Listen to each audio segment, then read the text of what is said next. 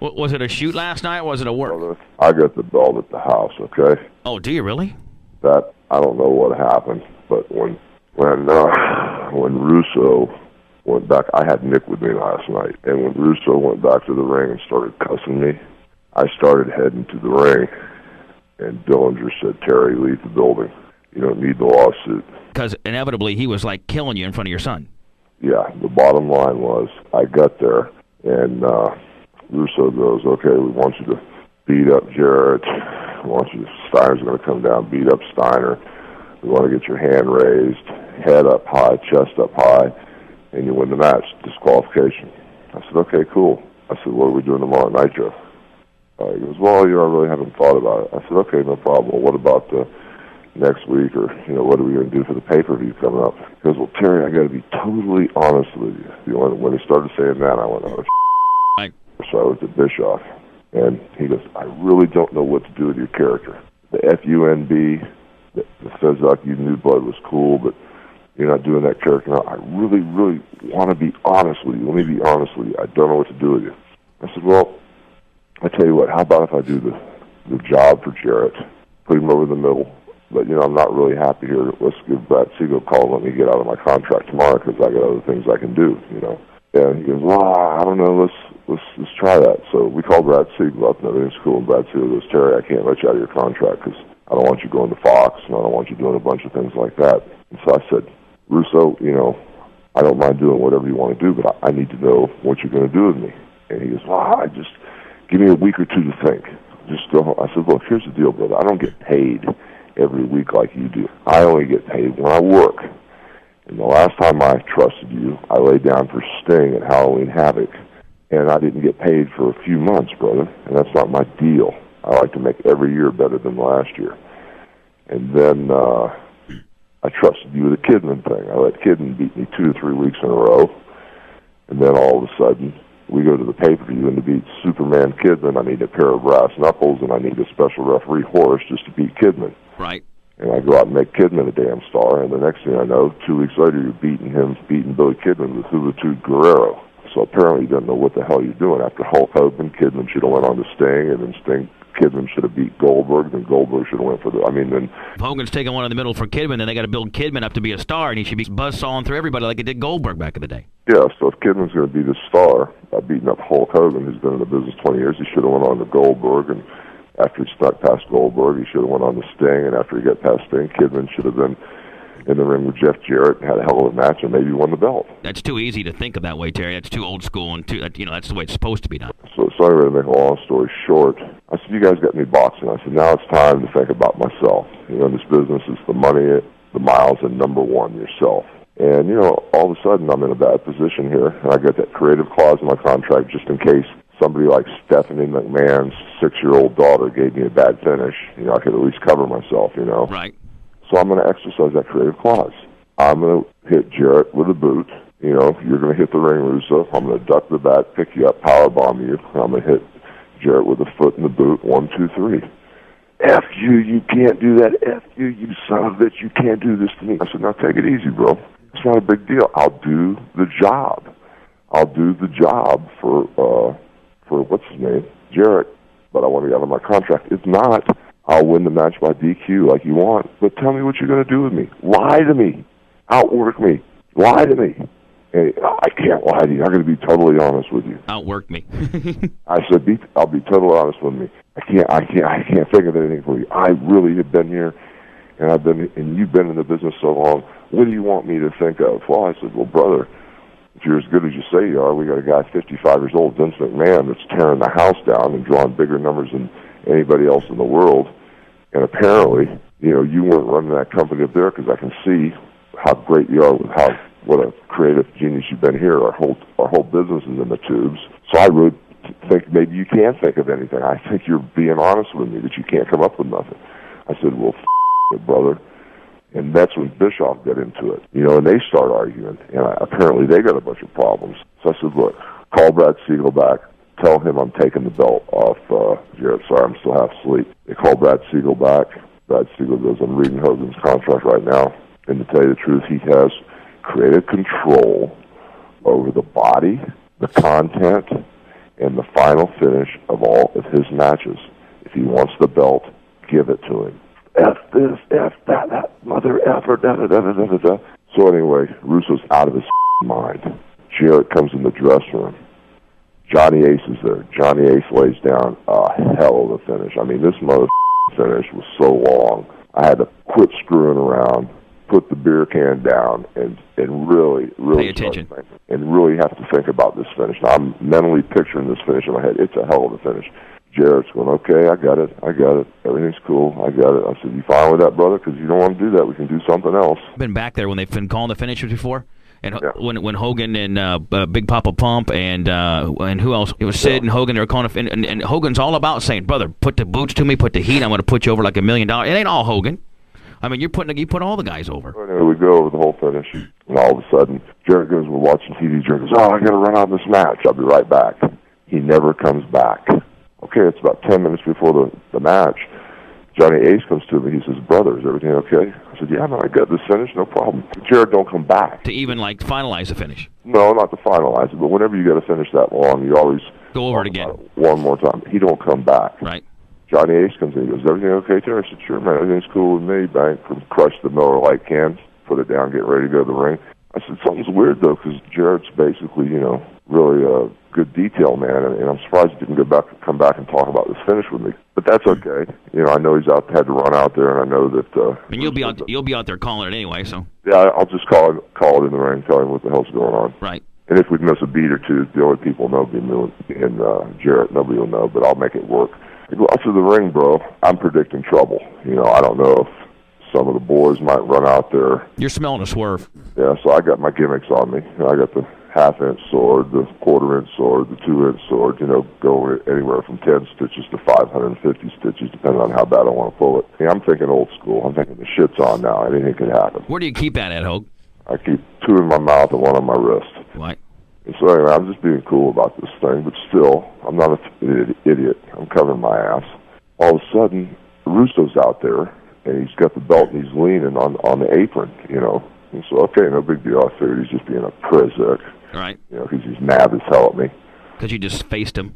Yeah, then Jarrett comes out to the ring, and he walks all the way back. So I think he's working. I think, yeah, all right, brother. And the roar is electric. I come out, and I'm not bull.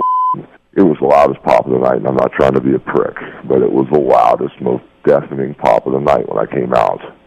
And, I worked the babyface thing. Instead of being Hollywood Hogan, I did the ear thing just to really stick it up Russo's right. how over I was. Right. And Russo's just sitting there on the apron, and all of a sudden Jarrett comes down the ring, and I go to the ropes like I'm not going to let him in, and he does the professional thing. He walks back down the aisle. He comes up the stairs 2 times. I go, get that son of a bitch in the ring. I'm working with the referee. I know we've got him. I know we're going to tear the match down. Right. And I know as soon as we get this all behind us, we're going to sit in the trailer and talk and all be happy and shaking hands. And I'm sure by tomorrow night at Nitro, we'll come up with something, And the bottom line is if Russo would just listen to you. I mean, like, for instance, your Kidman spin. Why didn't Russo listen to you on that? Put Kidman over like $1 million, let him buzzsaw through the big boys? Well, basically, that's a rib. I mean, we know that Kidman can't. Right, but still. Can't go through Goldberg, and can't go through Sting, and can't go to Jarrett. But I'm just sticking it up his ass. Right. Kidman never should have had the spot with Hogan anyway. Right, okay? Exactly. Because if he would have, and Russo would have been right, then he would have went with Kidman all the way. Right. Kidman with Sting, and Kidman with Goldberg, but it was such a fucking joke. Right. And all I did was get respect from the fans and sympathy from the fans because they go, here's Hogan after all the hell he's been through. Everybody's knocking him. He won't work with young guys. He's going out here getting beat every week by Kidman. We got respect for that son of a bitch. So that's all that did. But anyway, 2 or 3 times Jarrett didn't get in the ring. I think he's working the crowd. I think we're going to tear this place down now because I got him right in the palm of my hand. And when you got him like that, you can fart in the ring and the place will go crazy. Right. It's not like pulling teeth with Billy Kidman where you got to work your ass off and there's no reaction. Right. So they're ready to rock and roll. And this son of a bitch gets in the ring and lays down. And you had no idea what was coming. So looks at me. He climbs up in the apron, looks at me, and he goes, you, Hogan. He throws the belt at me. And I look down at Jarrett in the middle of the ring. I go, is this a rib? I said, why are you doing this, Jeff? And Jeff goes, you've always told me, just do what I have to do. Because that's my thing, brother. Take care of your family. Take care of yourself. If you don't like the way things are going wherever you're working, just make sure you do what you have to. So he's laying in the middle of the ring, and I'm talking to him, going, Jeff, why are you doing this? Right. I said, get up and wrestle, man. Let's stick it up this guy's. Come on, brother. You're one of the boys, aren't you? And he's going, you've always said, I do what I have to do. I'm just doing what I have to do. I said, you're a piece of shit. I just put my foot on his shoulder. They counted him out. I took the belt, and I walked back, and I said, F him. F him. I said, where is he at? I came through the back. I said, where is Russo at? I couldn't find him nowhere. So now I'm just shaking so bad. I'm ready to cry. I'm shaking so bad. And as I'm taking off my boots, here comes Russo. He pops up on TV in my dressing room in the monitor. So anyway, I screamed at Urkel, get Nick out of here, because I was going to go kill Russo, and I didn't want him to see it, you know. Right. And then all of a sudden, Urkel... Nick, of course, his son, for those scoring at home. Anyway, go ahead. Hustling my kids to the car, and Dillinger saw me getting my kids out of the building, so Dillinger knew I was up to something. And now I'm waiting for that son of a bitch to come back, because I'm going to unload on him. And half of Russo's boys are watching his back over to the side. I'm not going to drop any names, but I saw that I had some people on my left side watching me, which I really didn't care about. And all of a sudden, Dillinger grabbed me and goes, Terry, you got to get out of here. And I said, no, brother, I got something I got to say to this guy. And he goes, it's not worthwhile. I said, Terry, get out of here. So I had Eric and Dillinger, about 3 or 4 people, get me out of there. That's why this company is as up as it is, because of that kind of crap right there. It's totally in disarray right now. You should have heard the blowout that Bischoff and him had. It was something. I mean, you know, I know I'm not wrong, brother, because Eric sat there and listened to both parties. Are they 50-50 in power? I think Eric might have the final creative say-so, but it didn't look like it last night. Right. You know, I really don't know where this goofy-ass company's at, but Vince McMahon's going to be sitting home belly laughing. I feel like taking that damn belt and just walking to Vince's front door and saying, all the respect I've got for you giving me the ball, for you making me the money you made my family.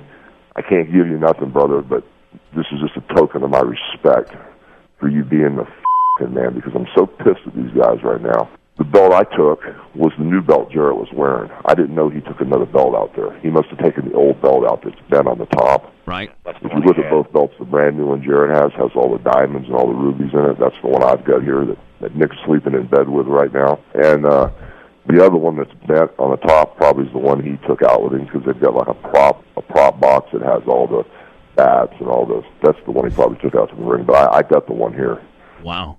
But you know, the whole thing makes me sick, because this company... Since you contractually can't be on TV, WWF, they got to let me take the belt, the WCW belt, to the WWF Monday Night Raw. That would be kind of sad. Who's this fat guy with the WCW belt? I should have my son Nick take the belt and give it to Vince McMahon and say, this is You know, Nick can interview his ass off. And can you imagine if Monday Night Raw opened up tonight, because contractually, Nick Hogan is not contractually... I wish Vince McMahon would do one of his skits and take one of his jabronis and put a Vince Russo wig on his head and a New York Yankees T-shirt and have Nick go out and just beat the shit out of him. Oh, yeah, that would be great. Can you imagine if Monday Night Raw opened up with Nick Hogan walking out to the ring and saying, Mr. McMahon, my name's Nick Hogan, my daddy's Hulk Hogan. He won this last night, and he wanted to give it to you as appreciation. No, brother, out of respect. To you and your company. Me and my sister and whatever would like to give this to you. Thank you. That place go crazy. No, bro, that's not what I'm talking about. No, I'm just saying. Wants the belt, just the rib. All the controversy between me and Vince, the federal trial, the breakup, the crap. All I want Vince McMahon to know is that I know where my money came from. And he's given a lot of guys the football, and I just want him to know after all these years that it would have never happened if it hadn't been for him giving me the break, and I appreciate it. And that would be the biggest. That would be the most unbelievable thing if he did that today. Well, I'm trying to get out of my contract with these guys, and Brad Siegel's real snug about not letting me out of the contract, but that's all I got to say. The reason Vince McMahon is home laughing his ass off is because of these jerk-offs like Vince Russo. Brother, Vince would never put him on TV. I started thinking about it last night, and I listened to about half of Russo's interview before I got thrown out of the building, and he should have went out there and told the people, oh my God, I'm sorry. I'm going to do the best I can to fix it. I believe in the young wrestlers. I just want to get rid of the old guys and have a fresh start, and then humble. Instead, he goes out there and he goes, that piece of shizit will never wrestle in the WCW. That idiot went out there and told the people that he was responsible for me and Jarrett not having a match. What an idiot. Instead of putting the heat on me, he put the heat on himself. That's an idiot that wants to see himself on television. He is a very stupid man. That's the problem with WCW, Terry, is there is no psychology involved anymore. But just think about it. For him to go out there and tell the people that he was responsible for Jarrett laying down, that's why they got fizzed up, why the people get screwed. I mean, I started thinking about this guy as a real idiot.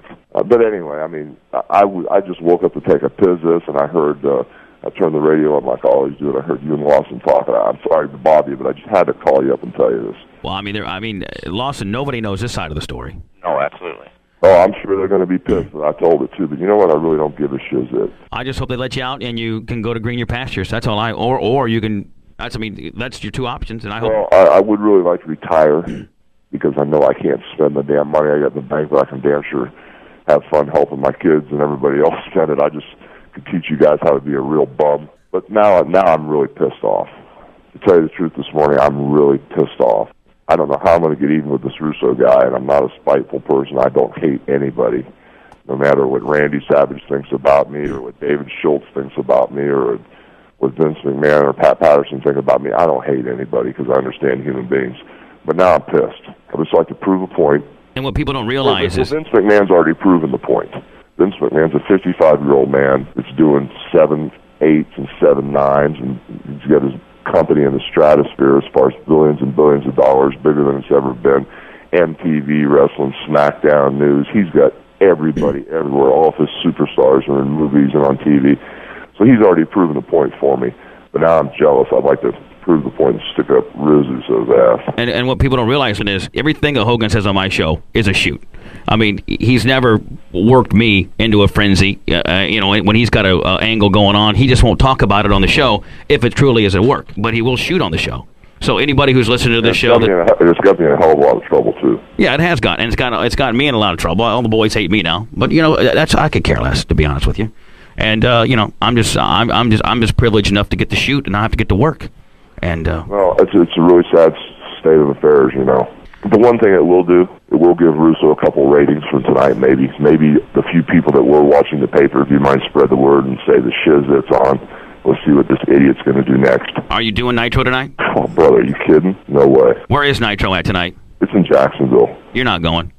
No, brother, I'm not going. I'm going to have my attorney call these guys, figure out what days I owe them, and Russo better pray to God he's not in the building the days I show up. So however many days you owe them, 4, which probably is what, 4? I can tell you exactly what it is. Was it 4 days?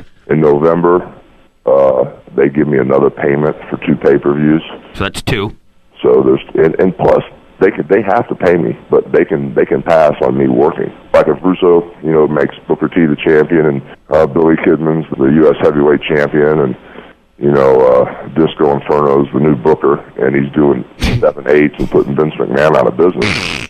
All they got to do is pay me November for 2 pay-per-views, and I don't have to work them. And then they owe me a February payment for 2 pay-per-views. So basically, you got 4. I got 4 days that they could make me work. So realistically, and I am the real world's heavyweight champion. That's the bottom line. They can pass that stupid-ass belt to Booker T. They can pass that stupid-ass belt to whoever they want, but the bottom line was when they switched that belt to me, even if I was in a wheelchair, legitimately, legally, I'm the real world's WCW champion. For the, 14th time? Is on a shoot level, I'm the real world's heavyweight champion. I wasn't in there wrestling Brad Riggins, or Scott Steiner or one of them guys, but one way or the other, I was going to get that damn belt last night because I was pissed. Can I come over and see it today? You can do whatever you want.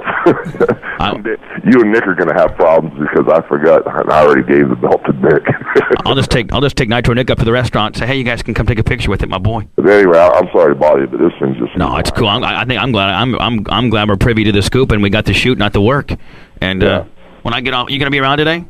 Yeah, I'll be around. You training or no?